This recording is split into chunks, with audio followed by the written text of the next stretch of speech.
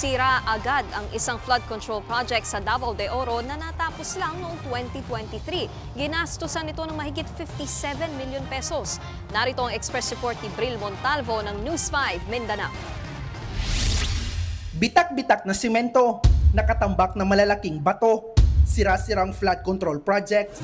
Yan ang tumambad sa non-profit organization na Philippine Anti-Corruption Czar o PACC nang inspeksyonin ang proyekto ng DPWH sa Barangay Bukal sa Nabunturan, Davao de Oro. Pinuntahan din ng News 5 yan.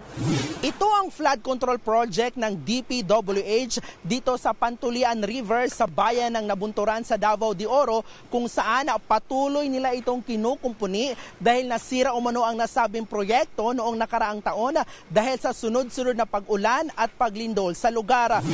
Nagkakahalaga ang proyekto ng 57.2 million pesos. Natapos yan noon pang March 2023. Ang kontraktor, Legacy Construction Corporation, na kamakailan lang mismong si Pangulong Bongbong Marcos ang nagsabing ito ang may pinakamalaking hawak na flood control project sa gobyerno.